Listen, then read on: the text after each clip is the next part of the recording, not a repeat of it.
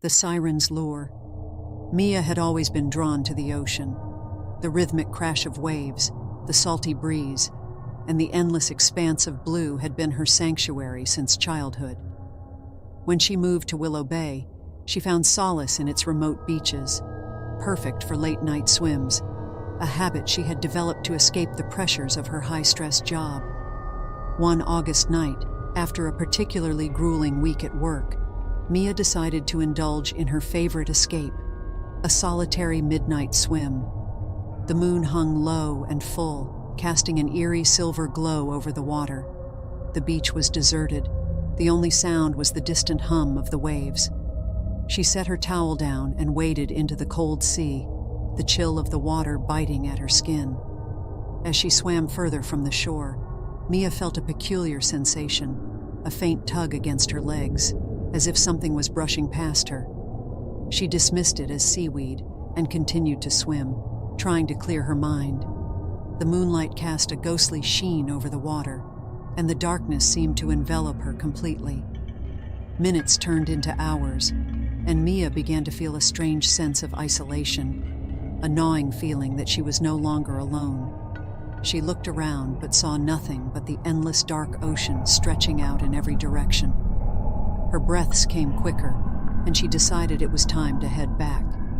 But as she turned, she noticed a soft, glowing light on the horizon, an almost imperceptible beacon in the distance. Curiosity piqued. Mia swam towards the light, pushing through the icy water. As she approached, the light grew brighter, revealing itself as a faintly luminescent figure beneath the waves. It was a woman, her form ethereal and flowing like a ghostly apparition, her hair swirling around her like seaweed.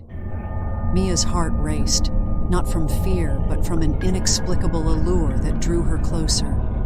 The figure began to sing, a haunting melody that seemed to resonate with Mia's very soul. The song was beautiful yet sorrowful, each note a call to something deep and primal within her. The melody wrapped around her, drawing her nearer to the spectral figure. Mia was entranced, her movements becoming more languid as the song filled her mind. She barely noticed as the sea grew colder, the water around her turning icy. Her strokes became weaker, and she struggled to keep herself afloat, her limbs growing heavy. The spectral woman reached out with a hand that shimmered like moonlight on water. Mia, lost in the melody, reached out in return. As their hands touched, a jolt of cold raced through her body, and the song's melody twisted into something darker, more insistent. The woman's eyes, once enchanting, now glowed with an unnatural deep-sea blue, devoid of warmth. A sudden, overwhelming dread surged through Mia. She realized too late that the song wasn't just a call, it was a lure. The woman's figure shifted, becoming more monstrous with each passing second, her face elongating into a ghastly, wide-eyed visage. Mia tried to pull away, but her limbs felt as if they were tangled in invisible chains. Panic set in as the coldness intensified, numbing her body and freezing her thoughts. She struggled to remember how to swim, her movements becoming erratic and desperate. The song grew louder, more insistent, and the sea seemed to close in around her, the waves rising like dark, curling fingers. The spectral figure began to drag her down, her strength far surpassing Mia's. The water turned darker and thicker, pulling Mia deeper into the abyss. She could no longer see the moonlight above. The only thing she could see was the glowing figure's malevolent eyes staring back at her. In a last-ditch effort, Mia managed to scream, a muffled cry swallowed by the sea. The force dragging her down seemed to falter for a moment, and she took that chance to break free.